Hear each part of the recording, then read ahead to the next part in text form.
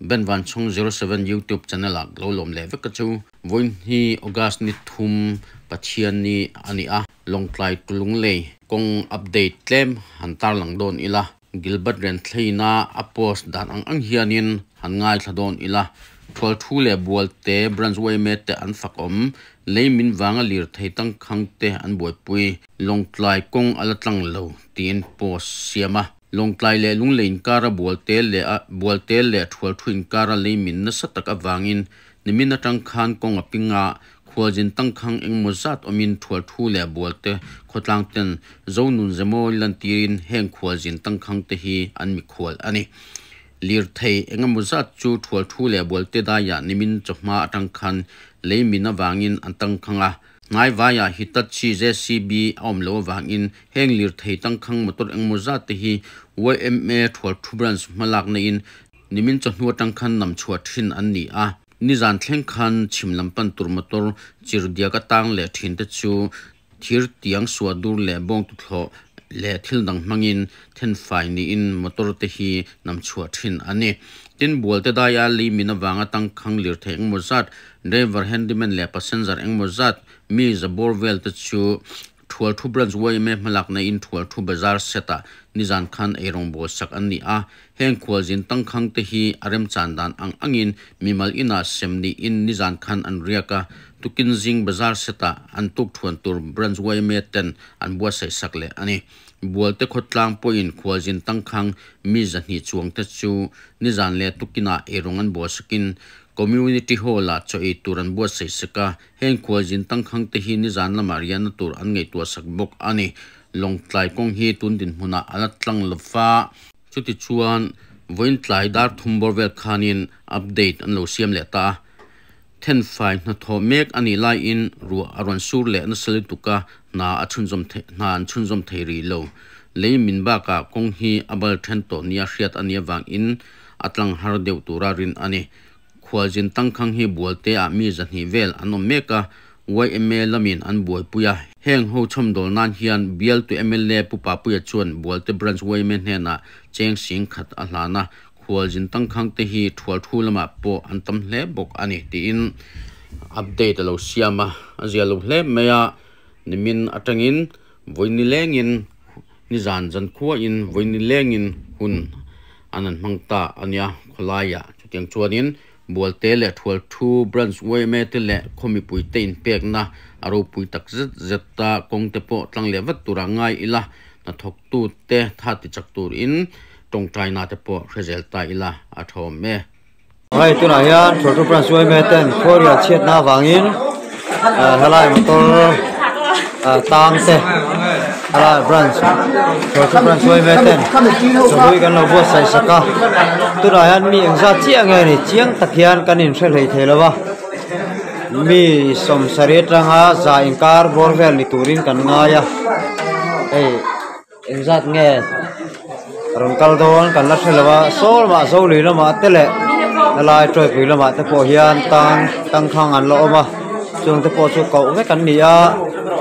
tu na hian cho do ho hi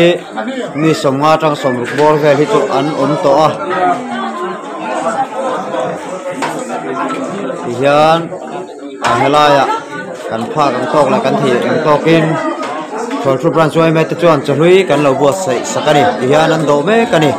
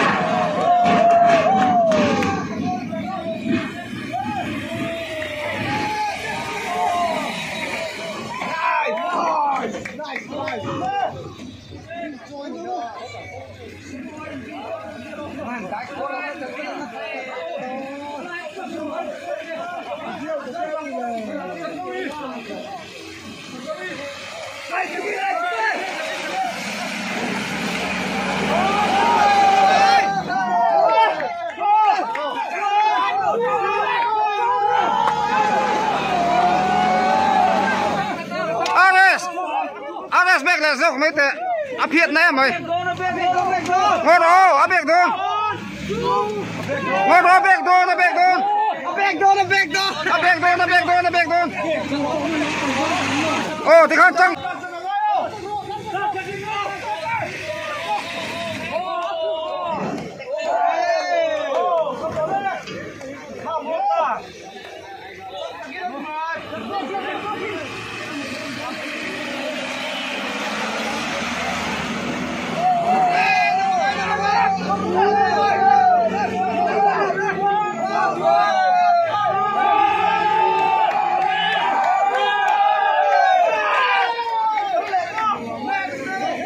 chịu rêu thôi.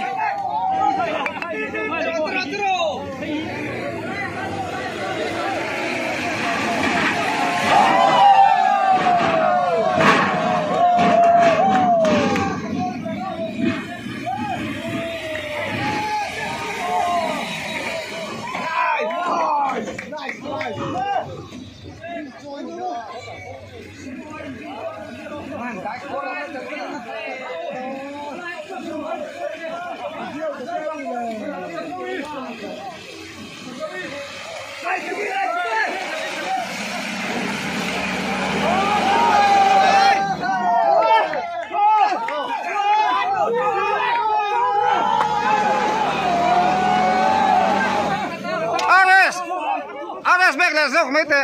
áp hiện này mày ngồi đó áp bek thôi ngồi đó bek thôi nó bek thôi nó bek thôi ô thì khăn trăng mà là màu trăng bác ngô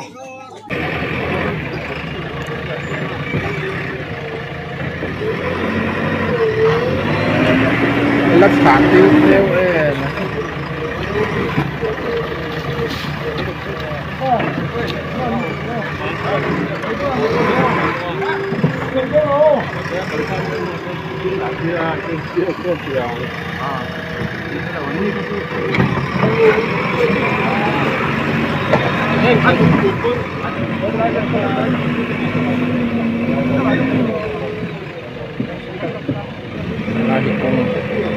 con ngỗng đặc khá nó lại tìm mor về số con ngỗng đặc khá nha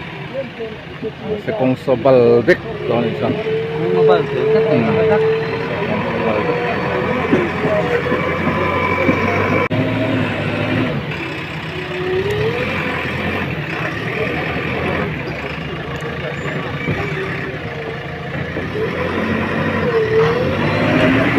lắc phản tiêu tiêu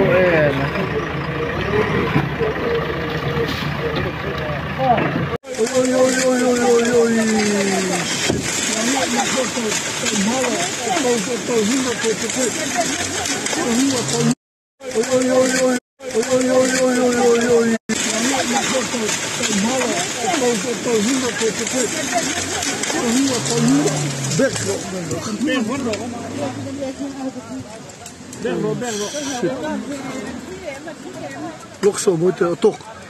Oi.